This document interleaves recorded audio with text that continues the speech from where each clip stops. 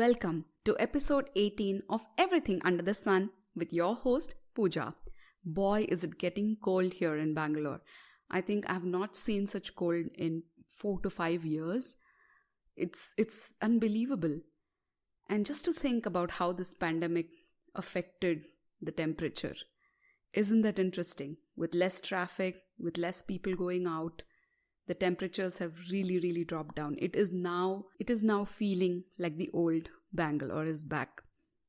So today's topic is by popular demand. I have been thinking of penning it down for so many days now. And yes, it is a part of my upcoming creative project. So you guys are getting a sort of a sneak peek or a preview. So, loss of a romantic relationship. That is what we are going to discuss today. It can be a loss of a girlfriend, a boyfriend, or a 30-year-old marriage. It can be due to separation, or loss of life, or a divorce, or just life circumstances. But a heartbreak happens to everyone, at least once in life. A heartbreak, as we call it, can happen at any age and at any stage of a relationship. The hurt or pain felt is so relative depending on how involved you were in the relationship. Doesn't matter if the other person loved you or how much they loved you. The hurt will only depend on your involvement.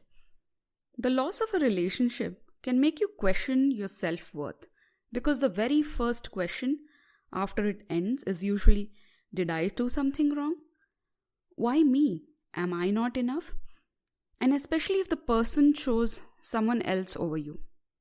I am trying to make it as generic as possible because the scenarios of a heartbreak are endless.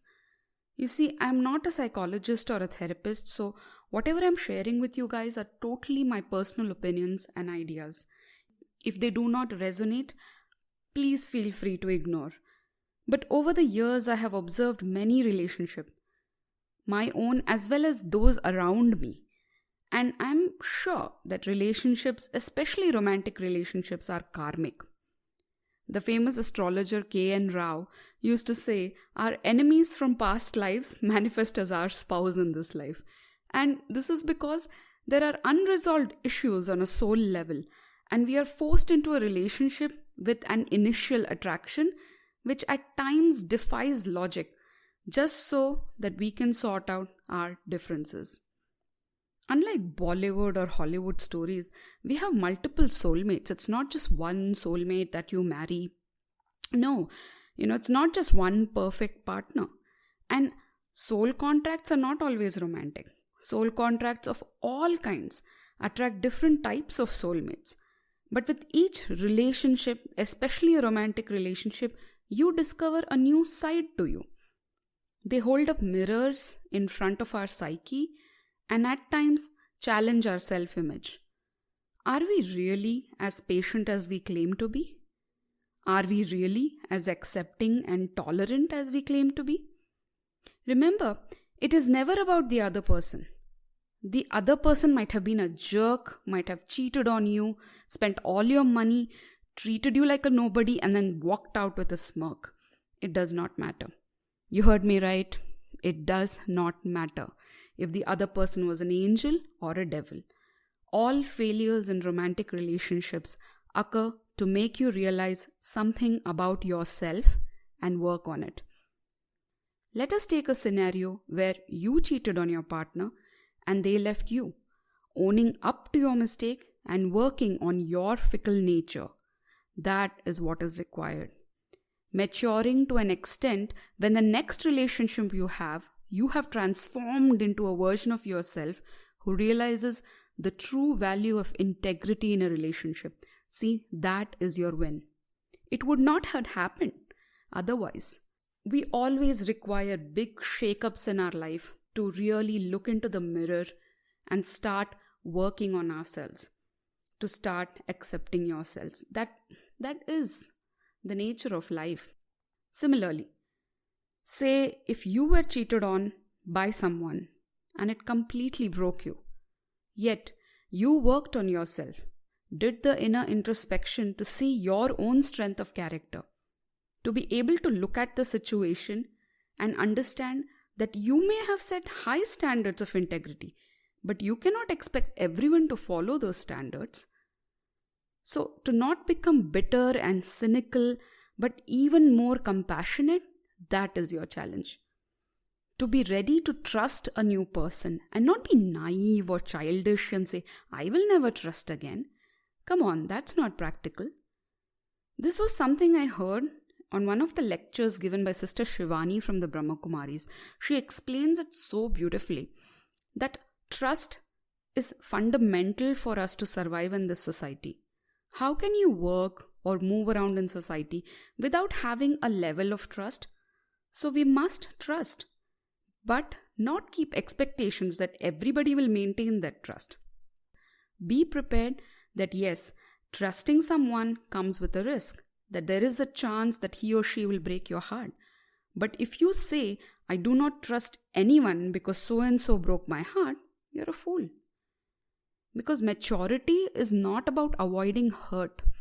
Maturity is jumping into life with tools of surviving and thriving. I know it takes time and a lot of will, but it is possible. Your mind will keep going back to your ex, stalking them on social media, checking with their friends. What are they doing? Are they married? Have they moved on? And if they have married and moved on, it's another blow to your already hurting ego. We are so curious, to see what is happening in that other person's life, if he or she deserves what they got. But this is a futile attempt, and we need to keep bringing back the focus on the real person, which is you. We all begin with a baggage of insecurities about ourselves, our looks, our financial position, our social status, but mostly it turns around to our looks. Even the most beautiful person has some parts that they don't like about themselves. We invariably project those insecurities on the other person, and guess what? We attract people who treat us like shit because we are yet to discover our own value. We allow people to treat us the way they want. It is not to be outright, like insults or physical harm. It may not be that, but subtle undermining, being condescending, forcing things to go a certain way, subtle domination in decisions. It can be anything. It is because we do not know what makes us happy. We do not know our strength or our own flaws. A SWOT analysis will not help. It takes a deeper dive into our mind to really understand what is happening. For example, right after a breakup, give some time. Take a solo trip. Find a therapist who can help you. Read self-help books. Attend self-help improvement seminars. Do meditation courses. Or start a spiritual practice.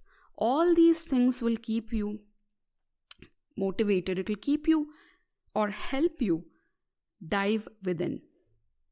I was once at a self-improvement seminar and the host asked us to write down 5 things that made us happy, and I swear I could not even write one point. I had never asked myself that question. What do you value, or what are your core values? If you do not know today, it is all right. Think and write them down. Because if you do not know your own values, what are you expecting from the other person?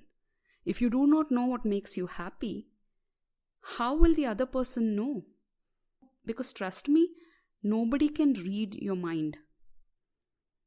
You have to teach people how to treat you. You have to teach people what you like, what you do not like. You have to teach people how to respect you. It is work. It is subtle. And that is why the homework is required. Let me share an example. For me, coming on time or respecting someone's time is of utmost importance or value. If I commit to someone of meeting them at 10 a.m., I will leave home after calculating the traffic, the distance, and ensure that I will reach early. If I foresee that I am late, I will message or call and I'll inform that person in advance. I hate it when people are leaving home but on the phone they're telling the other person, I'm just 2 minutes away. For me personally, that is serious and I do not compromise on it. For someone else, it may not matter, and that's absolutely fine. It is not about morality. It is not about what is right or wrong. It's what is right or wrong for you as a person. Similarly, write down what values are dear to you. What do you expect from a relationship? And try to steer away from money, intimacy, looks for this particular exercise. Those are important, but for this value exercise, stick to what values do you want from the other person. Before even thinking of dating again, first know yourself. Rejection is a big blow to the ego and to the heart. It does not matter who ended the relationship. A relationship where you invested emotions, energy, time, money, and it did not last, that itself is a type of rejection, isn't it? I usually advise people not to rush into the next relationship. This phrase, move on, may sound cool, but it is detrimental to your life. You must realize, if you get into another relationship that soon, in that miserable state, you will be caught in a loop, attracting the same kind of people in your life, in some form or another, who make you feel more and more miserable, and they may not even be doing it on purpose. Whatever energy you send out is the energy that you receive back. It's as simple as that. Yes, the rebound sex might be great, but like any addictive substance, once it is withdrawn, you will feel even more miserable. So patience is your best friend, and inner work is where you will find success. Now, you may say, this is not fair. I have idiotic friends who never did any inner work, and yet they are in seemingly happy relationships. Well, to that argument, I have no answer. Except, stop looking around you and start looking within you. We are all at different stages of our soul evolution, spanning thousands of lifetimes. Your friend's soul might have done all the work in a previous lifetime and is at much peace now, maybe. It doesn't matter. What matters is, do you prefer getting stuck in a loop or do you want to break free? Having a relationship so you can show the world that you are successful and happy externally is not going to help. Real progress is almost never externally visible. It is like the bamboo shoot, growing for years below the ground in silence, only to rise up above the ground as a magnificent tree in a few months. We may never be in a perfect relationship, and I think that should not be a goal to be in a perfect relationship. We should aspire for meaningful relationships where you walk in parallel. You should not have a need to change each other. Just walk together in life, side by side. How beautiful it would be, isn't it? Find someone who first and foremost respects you as a person, values your presence in their life, makes time for you, shares life stories with you, wants to build memories with you, rather than just buying you gifts. It's not emotionally blackmailing you. It's not codependent on you. If you need to spend 2 days alone on a solo trip, the other person should have something else to do in the meanwhile. Being in a relationship does not mean sticking to each other like Velcro, spending each moment together. That is only going to breed contempt. Find someone who will prioritize you. Someone who does not need to check your phone or your social media to trust you. Someone who is mature enough to understand personal space. But before you begin to ask these questions, ask yourself, do you have all of this? Are you ready to be someone like this for someone else? Hope this gives you something to think about. The subject is too vast to cover in one episode, and hence, in my upcoming literary project, I will go into detail into this. I am hoping to share it with the world very soon. Until then, keep strong. Believe in your worth to be loved and to share love. Look back and analyze where you might need to improve and do your due diligence before even starting to look for love again. All the best, my friends. Signing off for now, your host, Pooja. Until next time, stay safe and loads of love. you.